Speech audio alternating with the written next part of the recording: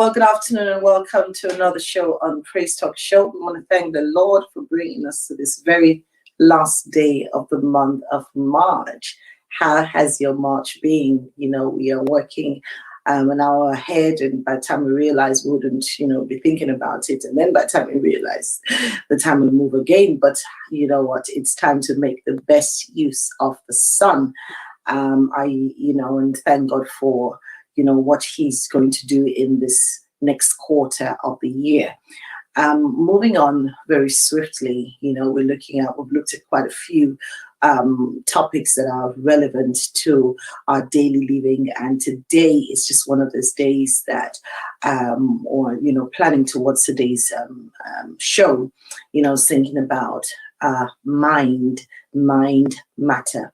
And I even just came across something on a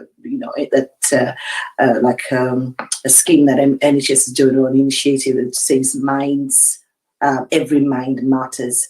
And yes, we're going to be talking about mental health, and there's no better person to bring to Praise Talk Show than our able counselor and psychologist and a woman of God that is not new to Praise Talk Show, but I always, value her conversations, value, her input into our lives, and value what she has to say.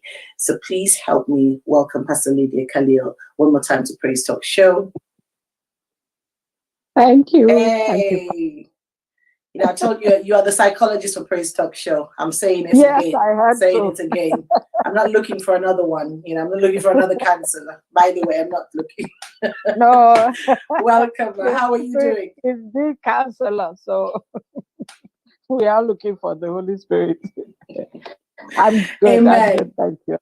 Thank you. And he's just sent you, to manifest himself through you, But yes, that's what we're speaking, Pastor Lydia, about, looking at mental health challenges. I just realized that, NHS has an initiative that is titled Every Mind Matters, and I was like, wow, well, thank God that we are having this conversation today, because indeed every mind matters. And a lot of people are going through a lot of mental health issues these days. But I have a question for you. First of all, welcome again, and hope you're doing well. Yes, very well. Yes, ma'am. Has the mental health challenges increased over this time, over this COVID period, Pastor Lydia? Yes, it has. I think in a way, we hear that the last pandemic was 100 years ago, and perhaps then there were not as many laws as there are now. They're not definitely not as many people as they are now, and definitely not as much traveling, and probably even more. The amount of information that is shared. So everybody, I don't think anybody can say they haven't been impacted in this pandemic, whether they were impacted financially, whether they, carried on working, but their capacity was stretched because people were having to homeschool their children. So you could be working, but you now have to, more than ever, especially for women, multitask. The people who don't have families, the single people who, imagine, in the UK are living in one room, they had to eat, work, and sleep in that room. The older people who couldn't go out, obviously, because they were more vulnerable. And then there were other people or others in the society that we have shielded. I saw an article the other day that somebody had shielded for over a year. And shielding means that you have a health challenge. Let me use the born again. You have a health challenge. So you have maybe dealing with cancer. You have an illness that if you were to get the virus, it could actually cause you to die. So people who were recovering from cancer, who were having cancer treatments, and various other illnesses, blood disorders, all kinds of illnesses, they had to shield, which means that they had to stay indoors. They were not even as free as the rest of us were to go shopping. Now, I use this analogy that it was like we were all in prison, even though we didn't have the bars around us. And we were expected, actually, similar to what happens in prison, allowed an hour out or twice a day. But for the rest of the time, you had to be indoors. Some people were fortunate enough to have terraces or gardens they could go into. But a majority of the people in London, especially, don't have that facility. So you're living in a house that doesn't have an outside space. So you're confined to being, in your room for younger people who could only rent rooms. If you are a family, confined to being in the flat with young children, teenagers. If you're older people, you couldn't leave your house. So technically, or I'm saying all of this to say that there is no way anybody, Christian or not, wouldn't have been impacted, especially your mental health, because we to a way of living that we had never done before. So to your answer, I said all of that to go back to your answer that yes, people would have been impacted and mental health would have increased in this time that we've been in the pandemic. And if you think about all the things that we see on the news, I think initially when news broke, Italy was the country that suffered the most. And we were going into ICUs, we were seeing people literally dying. And that has continued consistently. If you watch a news channel like CNN, they've got on one side of the screen the number of people that have been affected, the number of people that have died, and it stays on that screen for most of the 24 hours in a day. Yeah, so people are being fed a lot of information. I'm not saying that we shouldn't be given these statistics. I'm not saying we shouldn't be given the truth. But if you're watching a news channel and you can see these numbers going up consistently for, even if you watch it for 3 hours in a day, it's a lot of, we would say, fear. The images we saw of people dying, the statistics, the idea that, the NHS would be overrun and they would be able to manage. I've heard stories of people in developing nations that oxygen ran out and that was the cause of death, whether it was true or not. So all these kind of things fed us fear, fed us anxiety, made people really fearful to leave their house. I still have clients who don't actually go out for a walk. They're not bothered whether they're masked or not. They just feel something is in the air and they are going to get it. Wow. Thank you for that breakdown, Pastor Lydia.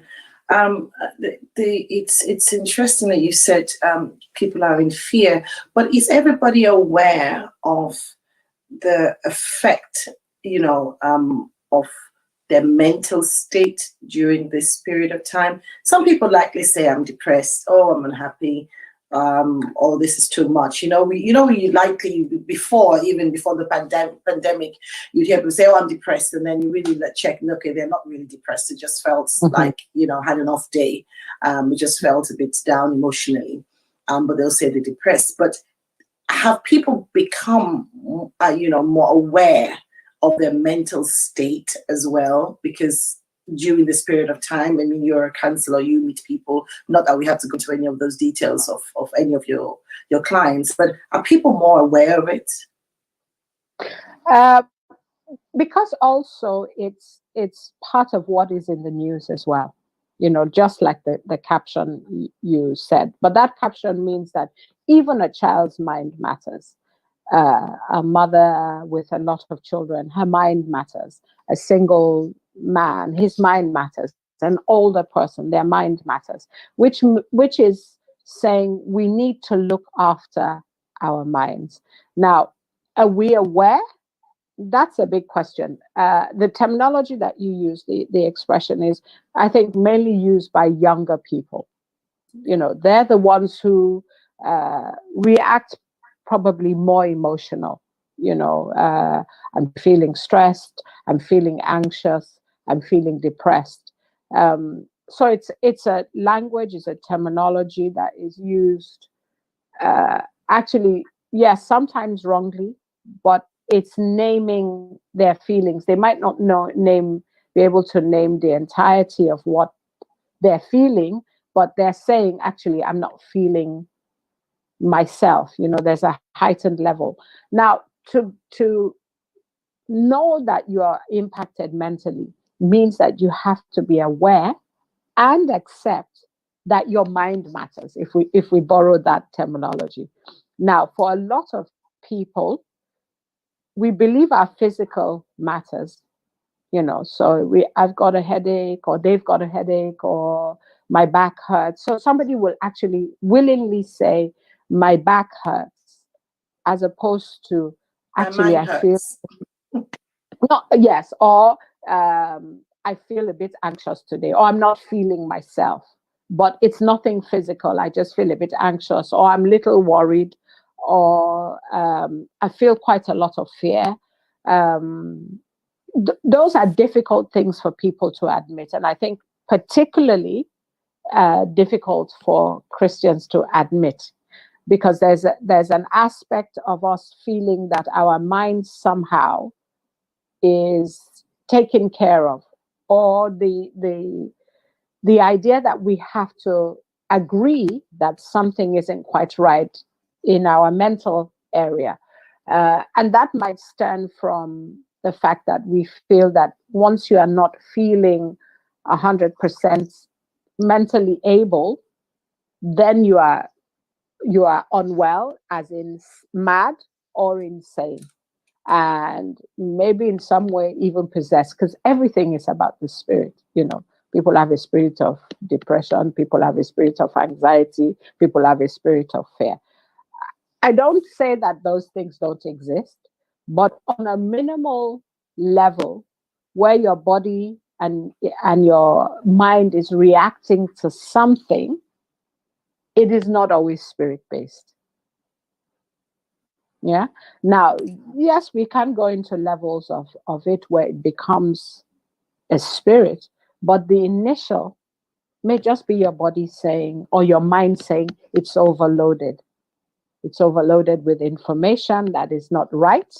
It's in, you know, the Bible says, whatever things are good, whatever things are pure. So I might have,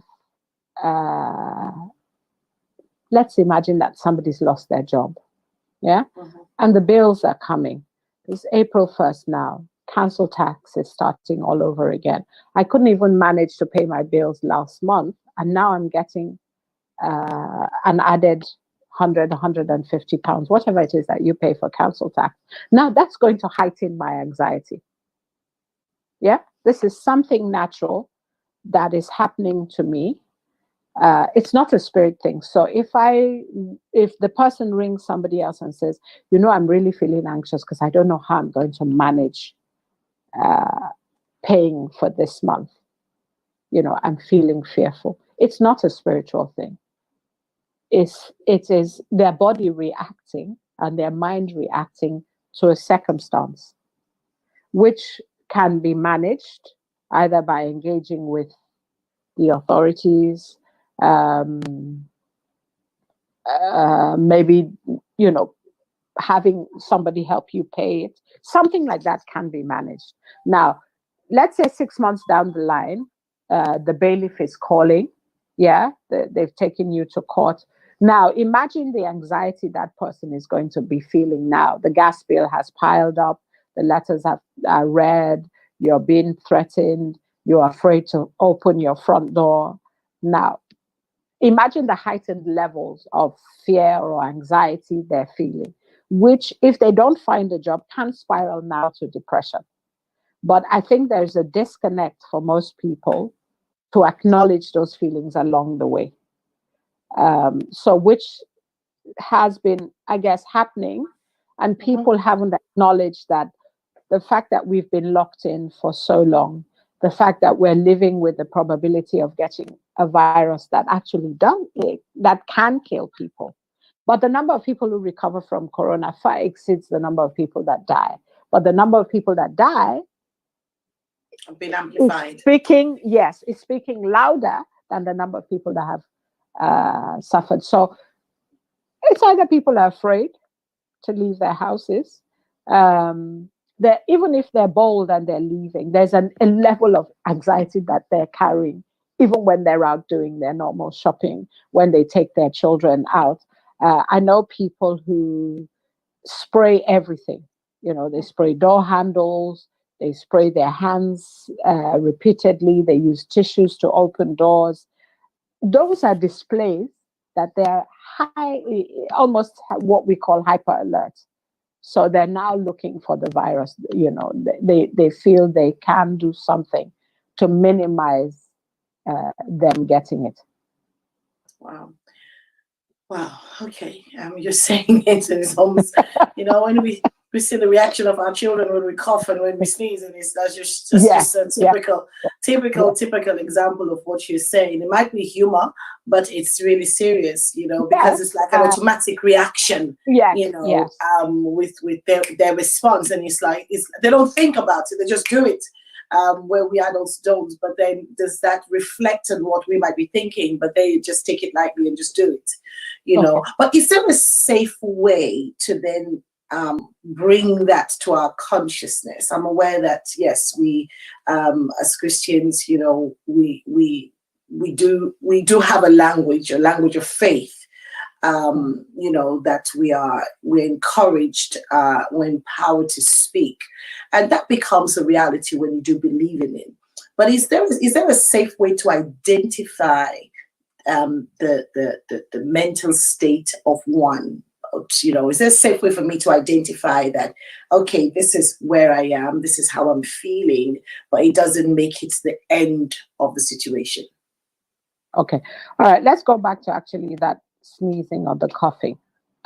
Let's say last year, even February, if I had gone to Tesco, Sainsbury's, and I sneezed next to somebody, their automatic response, whether they were Christian or not, would be, "Bless you." Yes. And that came from the flu virus, where the time of the pandemic of the flu, and that was when that "God bless you," meaning God will protect you from getting the bubonic plague at that time of the pandemic. Now, okay, so that was a prayer. That was a prayer that you would not be afflicted. You will not be affected. Yes. Okay, that was a prayer. Right, thank you. So one of the signs at the time, just like with COVID, is a sneeze. Now, if you sneezed in a public place, and even in your house, everybody around you would jump. There would be no... There's no "bless you." This is run away from you. There's no "bless you." This is run away. And then, of course, you make the mistake of coughing. It's almost like you're on your own. I'm out. Yes, you are done for.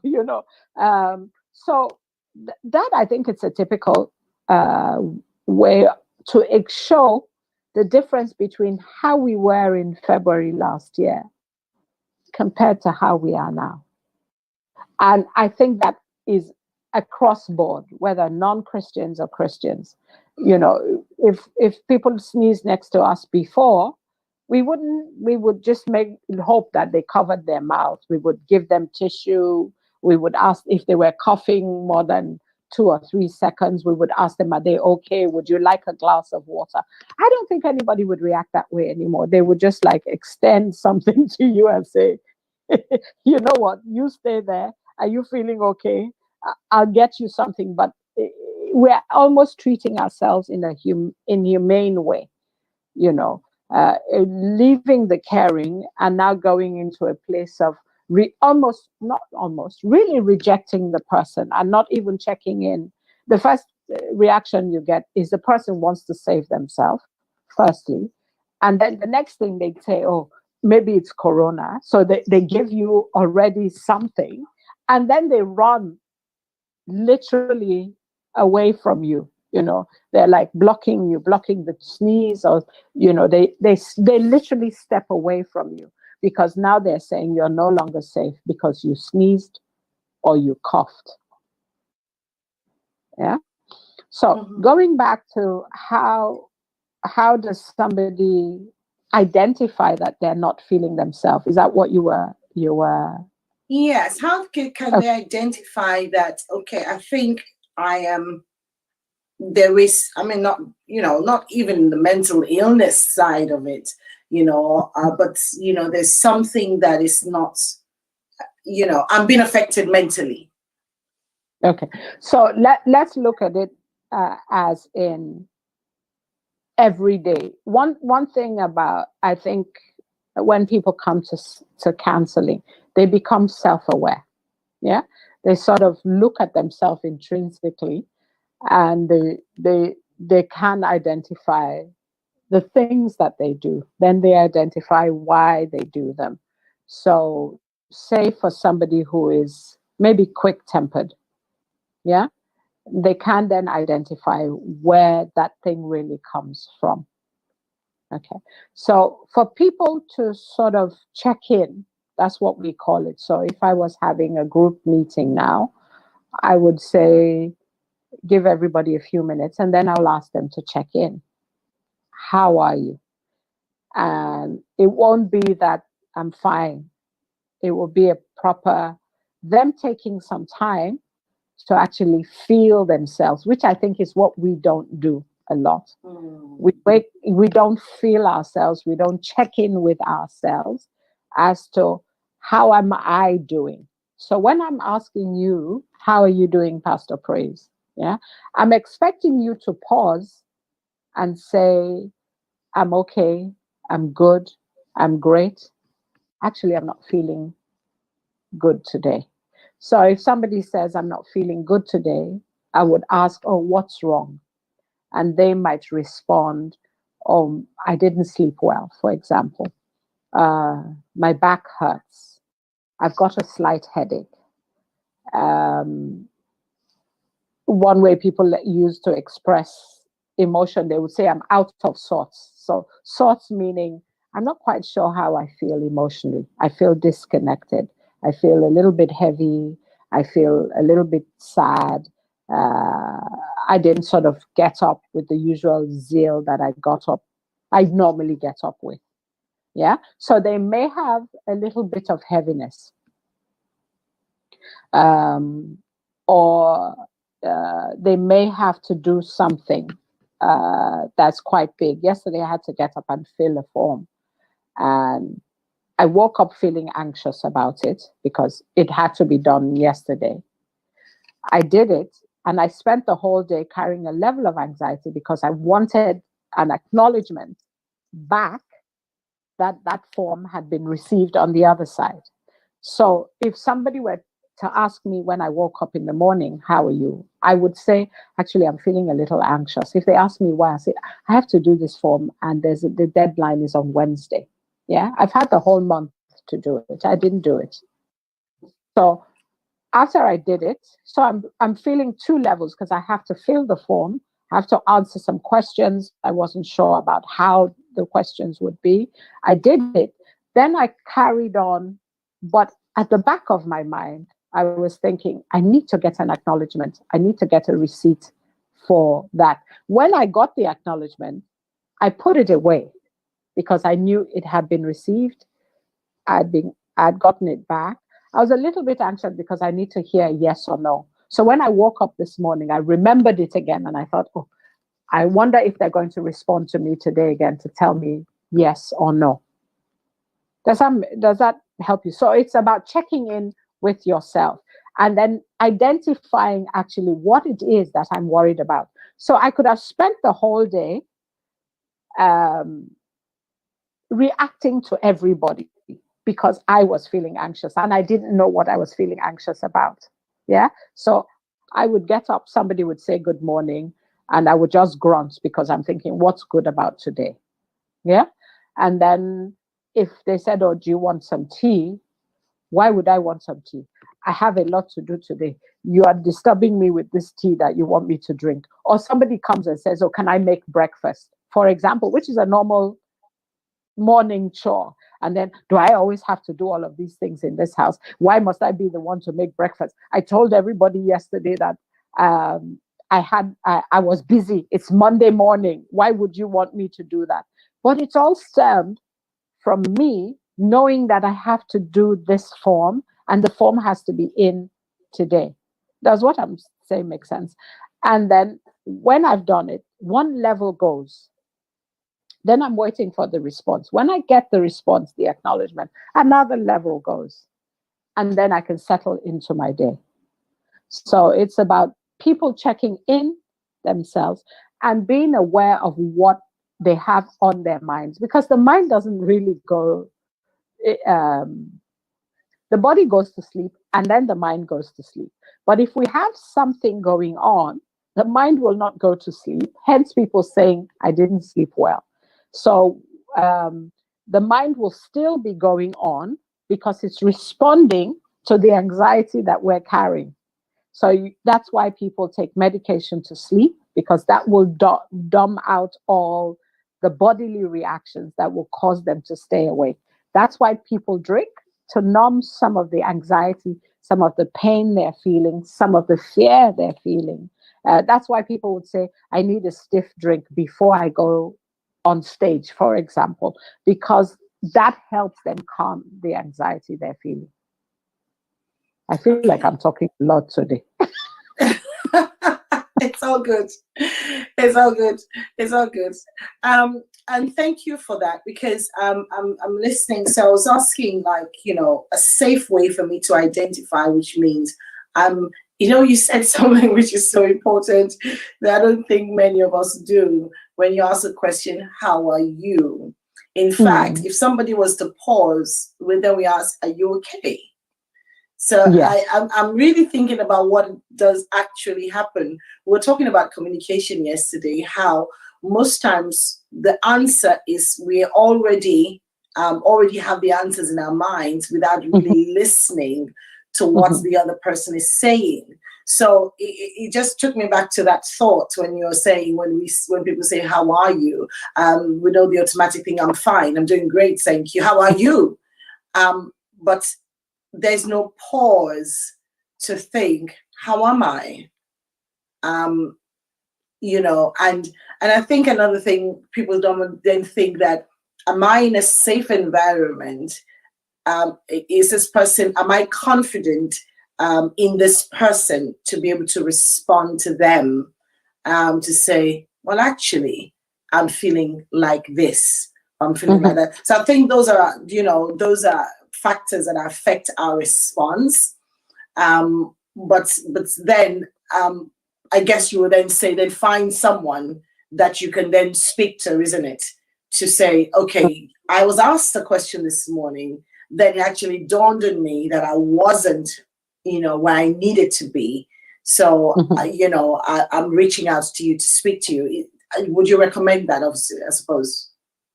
Yes, and I think what we forget, that a lot of this self-awareness is not necessarily for outside consumption.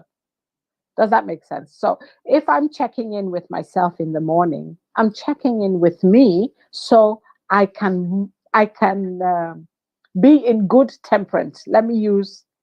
I can have good temperance, I can have self-control for my day. Yes. So the same way, if somebody wakes up and they've got a headache or backache, what they might do is do some stretches. Yeah. What they might do, if the stretches don't work, or drink some water, or if they maybe have herbal teas or whatever they use for their muscles, Now, if that doesn't work, they might reach for the pain reliever. What they're doing is looking after themselves for the rest of the day. So they're not in pain for the next 12 hours that they need to function, where they can't have the luxury of having to lie down some more. Now, so when I do check in with myself, it's for me to identify how I am feeling. Now, what do I do to look after me? Because if I didn't fill out that form, I would still be carrying the anxiety. Say I couldn't do it till in the afternoon. I would know, okay, this is why I'm feeling anxious.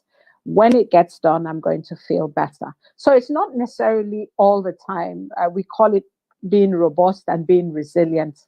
So you are looking inward, you're identifying what it is that is wrong, and then you are doing it, are taking care of it. So when we say take care of your mental health, this is what we mean. Now, if I find, I think somebody asked me a question in the evening yesterday, and they asked me, how am I? I said, I'm okay. Because at that point, I was just okay. I was tired from work. I was like feeling like I needed to be somewhere else, not where I was. And I wasn't feeling okay. Maybe 2 or 3 hours later, but that was a safe person for me to say that. If it was somebody that I didn't feel safe, I may respond the normal way. I'm well, I'm fine. Yeah. So So now can I it just would ask you the depend. episode, when you said I'm okay, did the person said, what does that mean? Yeah, because the person knows me enough. Okay is what we say usually when we're just on a Borderline. we're, yes, borderline. I could go left, or I could stay okay, or I just actually need an encouragement, or I just need somebody to, maybe boost me a little bit, and then for me to say, you know what, I'm tired, I want to be somewhere else. And then the person says, oh, don't worry, you're where you are for a reason, it'll all work out, you're doing good. And then I feel okay. Not feel okay. I feel better than when I start feeling okay. So first of all, we are checking in, as I said, so that we can manage our own mental health. We can take care of our own mental health. Because when we name what the problem is, then we can find a way of measuring. Most people come to me when they can no longer manage it. It's not all too much. Or they don't need people around them to give an opinion. Yeah, they want to find the answer to what they're looking for inside themselves. So yes, if you have somebody who is safe, yeah, and you can go to that person, of course, go to that person. I guess I was talking about just managing it yourself. And then, of course, if that person or the people around you can't manage it, then of course you need to seek counsel, either from somebody you feel is spiritual or from, a mental health professional. But what can we do? One, to identify. Two, to manage and look after ourselves. I'm talking it on a very simple, basic level. So somebody who's been in lockdown for a while, yeah, they're doing the same thing, cleaning the house, feeding the children, going back to back on Zoom. Yesterday, I sent an invoice like twice, and dates were wrong. And it's because I'd been on the screen for hours and I wasn't seeing the twos and the threes as clearly as I would have seen them. Yeah. Now, what do I do at that point? What ideally I should do is switch it all off and go out for a walk. Yeah, just to do something different. I say to people, go to the kitchen, make some tea, put some music on and dance. If you've got children, if you've got a partner, if it's just you, just dance or listen to something that will lift your mood. So on basic levels, yes, those are ways of managing it. Now, if it's something that you feel is unmanageable and you need to share it with somebody, then find somebody who you feel safe enough to do that with. Okay, thank you so much. Thank you so much. And while you're speaking, um, well, for people who are living on their own, they might not be able to do this, but I guess they can, because if they, I'm sure, there might be a possibility for them to reach out to someone, or maybe somebody would have called them that they do feel safe with.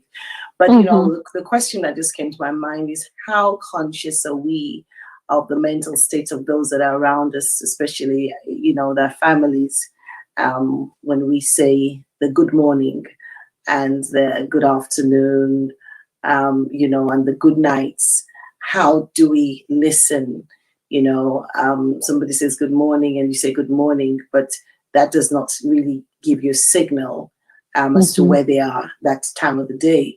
But what's coming to mind is that it's almost like we all have to, every mind matters, which means that we have to mind, the minds, or be concerned about the minds of those that are around us, especially in our, I'll use the word family circle.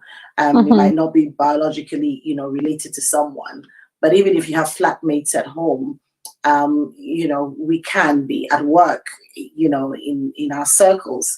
What I'm hearing is that we must be, concerned about the next person's mental state. Not as in being a counselor, but just that support. You ask, how are you? The person needs to listen to the response, to pick up, or wait to hear, no, how are you? Do you understand? Because it really would help and go a long way, so that we don't get to, a state where it becomes, I mean, it could have been managed. Let me just say, like, maybe, some of those things could have really, been managed. We're talking about mind matters. So how can we then, try to maintain a healthy mind state? Okay. I think first of all, this is something that we're all in it together. Yeah. Now, what you are saying is, how can I check on my husband? How can I check on my children? How can I check on my sister? How can I check on my friend? And I think because we've gotten into this habit of, we're either all of it in the same.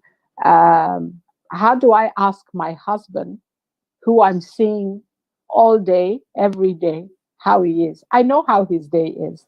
Yeah. And how can I, even the children seem to be having fun. They haven't gone to school for weeks. They're not doing morning run. And then we are making assumptions that everybody's okay, because from what we see, they seem to be okay. Yeah. So ideally, there should be a 5 minute for everybody. So a wife says to her husband, how was your day? Even though I've seen him all day. Yeah. Even though we've been scrambling for computer space, I've heard him having his meetings. He's gone and locked himself in the room. But that 5 minutes is for him to check in. The same thing in the morning. The same way I can call each child in the kitchen when we're making toast. So how are you? How was your day? Have you been feeling? I know I haven't even really checked in about this COVID thing. Has it been feeling for you, not going to school, not seeing your friends, not being able to go to church where you have, church family, older people, taking the time to check in on them, taking the time to maybe drop something for them. It could even be like tulips are probably out now for like £1, daffodils or whatever, and just say, oh, I left something outside your door. I was just checking up on you. I wanted to check in, or to just call an older person that you know, or stop in their house and take some cake and say, I just wanted to find out how you were doing. Because I think those are the things that help us if we're going on the theme of communicating. I remember when I used to work, I used to really stop at people's desks and ask them how they are. And do it religiously for some time before they started to trust that I was really interested in how they were. And then they would start to share things that were going on for them. And that's a wonderful way to minister the Lord. Because when people, and it was regardless of whether they were black, white, Asian, they were just people that I said hi, what was going on. And then it's a nice way to introduce God. It's a nice way to, when you check in on them, after a while they'll begin to share some of their life with you, and you begin to rub them off and say, I have similar struggles, but I manage it with, this is my religion, this is what has helped me. But I think we go first with this give your life to Christ way of introducing people. But that's how that's one of the ways I introduce Christ. So it's about checking in now to your neighbor. The Bible says to love your neighbor as yourself. So that neighbor is my husband, that neighbor is my child, that neighbor is my sister, that neighbor is my friend, that neighbor is my brother, that neighbor is the grumpy neighbor next door who we fight over car space for. Is that woman actually in the grocery store or where she's at the checkout and she's been there? Those people have worked the whole time. Do we stop to ask the person who is at the checkout, how are you? How is your family managing? Because they're exposed more than most of us. They're sitting there hour after hour in the cold. The winter was really bad and they were there. Do you say, hello, what's your name? If you can see their name tag, my name is Lydia, how are you? Those are the ways that I think we can help actually lift people's spirits. And we can also check in with our families. We can find out how they're doing. If they're not doing great, what can we do to help? What will make you feel better? Do you want me to make your favorite meal? Do you want me to make a cup of tea? Do you want to go out for a walk? Just me and that child, not the whole family. I'm not saying take all the children, but spend time with that child in particular that wasn't feeling too great. Perhaps they like ice cream. Okay, we're going to buy ice cream just to make John feel better today. Tomorrow it might be Sarah's turn, and then we'll do something special for Sarah. Or it might be Mom's turn, and then they would learn also to check in. Mom, how are you today? How is Auntie today? How is Dad today? They would then learn how to check in for other people as well.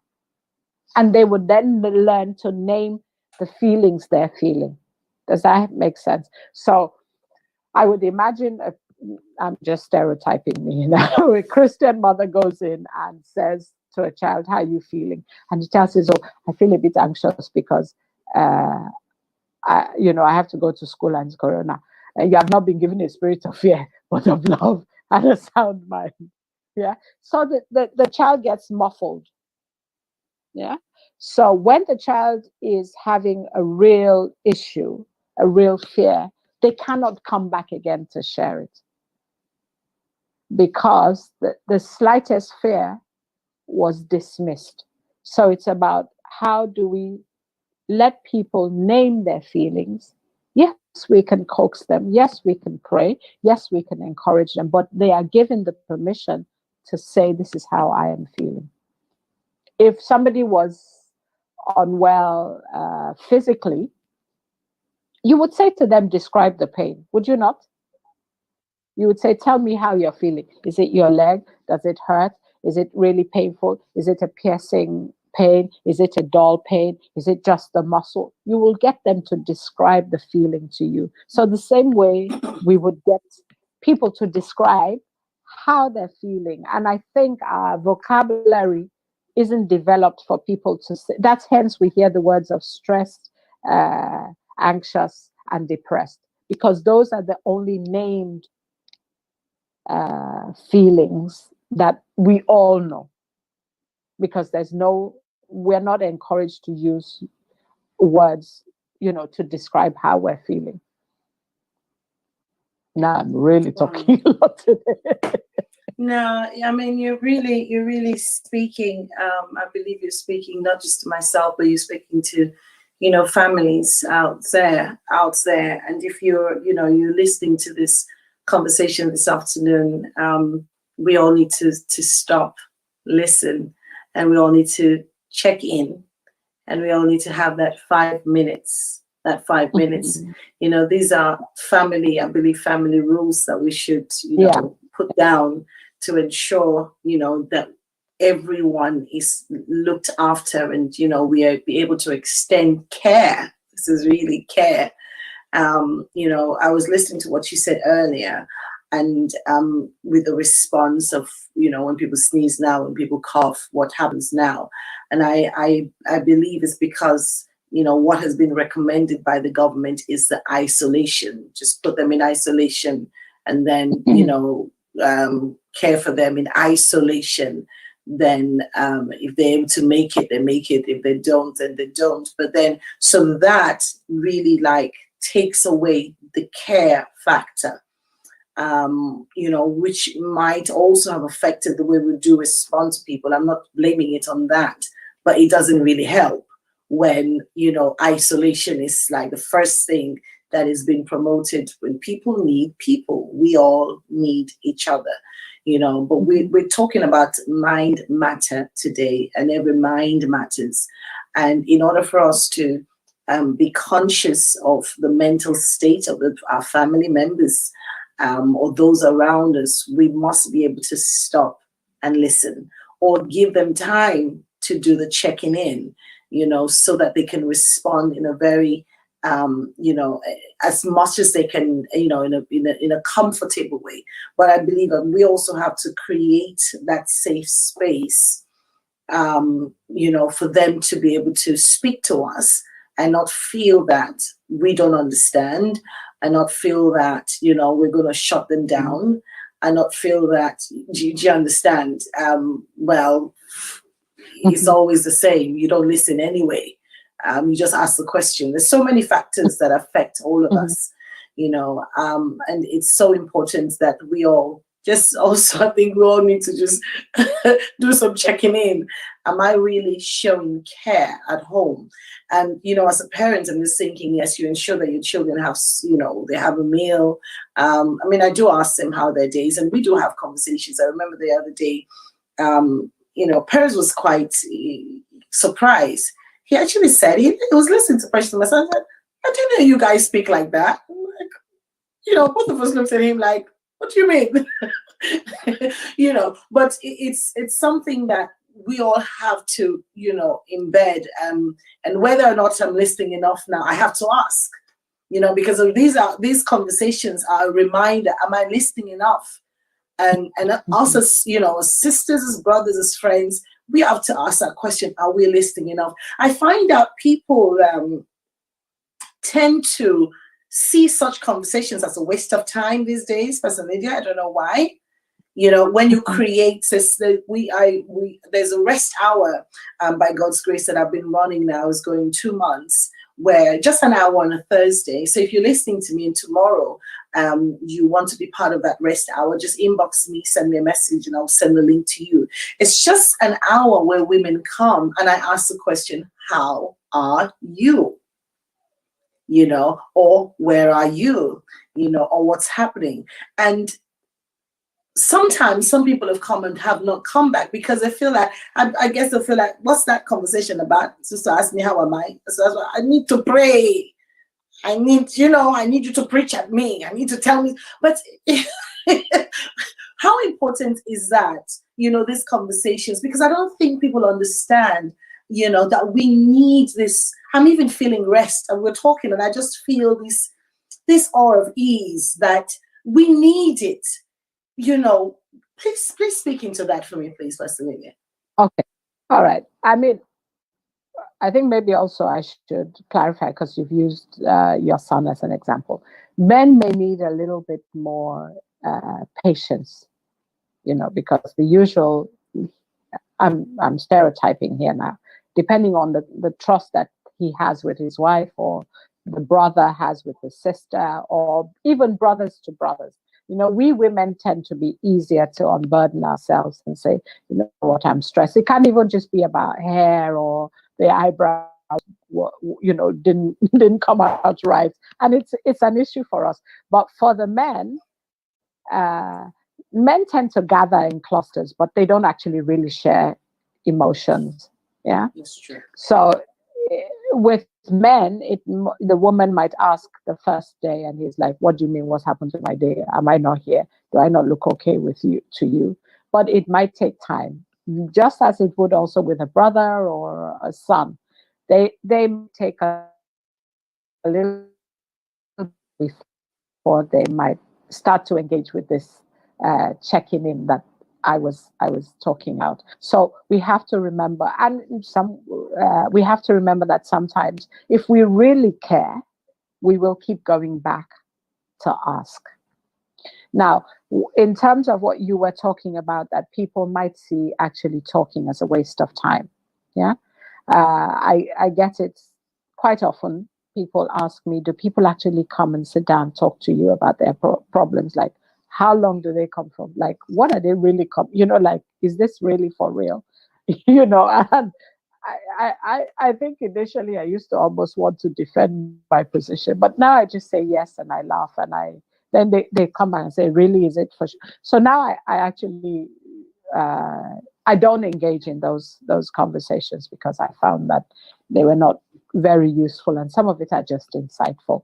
Now, when people are not willing to engage about speaking, yeah, and they're expecting it to either be just always prayer, it may mean that actually, just like you've said, there is no time that they rest. Their life is so consumed by whatever is going on that there is no time actually for them to check in. So it's a sign to me that they haven't looked and had a reflective time. Now, we all have busy lives, yeah, but there must be a time where you have to have a way that you distress. So one might be unburdening, sharing that burden with somebody that you care for. It might be in a group, because that group will give you support, like what you are talking about. It might be reading. It might be watching a movie. For some women, it's getting their hair done. For some, it might be getting their nails done. For some, which I'm going to say, which is sometimes unbelievable to Christians, things like having a massage. They now go into levels like, is the person a Christian, not a Christian thinking? So it's about at the end of the day, it's about it's okay to do it, by the way. And if you don't want anyone to touch your hands, just sit on the chair and get it done. Yeah. So what I think you are talking about at the end of the day is self-care. Do I need that self-care in a support group, in a support bubble, which is what you're doing? But what is my self-care? How do I look after me? How do I look after me? Do I eat well, for example? Do I eat well? Do I take vitamins? Do I exercise? Now, some people will tell you, I don't have time to exercise. I don't have time to eat well.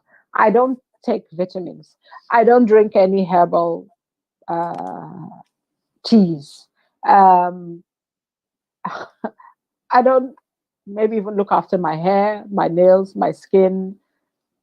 I don't have conversation. I don't have time to do this. They have time. They don't have time to do anything. I don't read. I don't travel. I don't watch a movie on TV. But really, even if they're saying they want to pray, that may mean that they don't pray, they may not even have a good enough prayer life. Because if you have a good enough prayer life, all of these things must be part of our wholeness. Mm-hmm. Yeah. So there must be time for you to look after you. and it might be in that support bubble that you've created. Wow. So it's a sign of looking after me. Looking after me might mean going to my room and lying down for 15 minutes, 20 minutes. I do it in between sessions because I need to get myself back up for the next lot of clients. That's looking after me. That 1 hour, I could have spent it doing my washing, cooking, phoning somebody. But I've decided that if I'm going to work a full day, listening to people, I need to take a chunk of time to lie down. That lying down means getting undressed, switching off the lights, switching off my phone, and having a moment out. So it's about how do you, actually, it might be how do you take care of yourself? And if you're not taking care of yourself, then something is not, it's not that something is wrong, but it's something that you need to look out and look at. Yeah. You will find, I think, women are probably more challenged by that than men. You would see there are ways that men zone out. They would get their newspapers. They would, if they have community of men, they will say, "Oh, I'm going out with my friends." Yeah. If they drink, they would sit down and say, "I'm having my glass of wine or my bottle of beer," and nobody knows to disturb. Everybody knows not to disturb them in that time. Mm-hmm. Because he's having his me time. He's reading his newspapers, he's drinking, he's sitting in his chair. That's why you have things like daddy's chair. Men seem to have to given themselves permission to do that, but women struggle a little bit more because we feel we have to be busy. You have to be busy to be productive. But is it always useful busy or just busy? Indeed. It's been a very useful conversation this afternoon, Pastor Lydia. Thank you so much for your time. Thanks to everyone that is tuned in today. Your mind matters, and, it does matter to God. It does matter to all of us. And what we do to care for our mind is very important. Maybe you have not stopped to do a check-in. Maybe you have not stopped to take a 5 minutes, or maybe, it's not something that you practice at home or within your circle. But, at this moment in time, I just want to encourage you. There's always a first time for everything. And then we all learn every day. So do check out, as often as you can, just to check it to see where you are. And also take that 5 minutes off, because your mind does matter. Once our minds are in place, we would be ready to do a whole lot more than we're doing now. Bible talks about the renewal of our mind. So God really he's concerned about your mind. Keep it healthy as best as you can. And if you do need support, we didn't even talk about Pastor Lydia's counseling service, which is serenecounseling.org. So you can check her out online, and she'll be willing to give you any extra support that you need. But don't wait till it gets to that place. Check in with your family members, check in with your friends, check in that they are, to see how they're doing. And as we do that, I believe that we would have a better, state of mind to handle life's challenges that are external. Until I come back your way, stay blessed, stay on top, and don't forget to check in. Love you, and bye for now.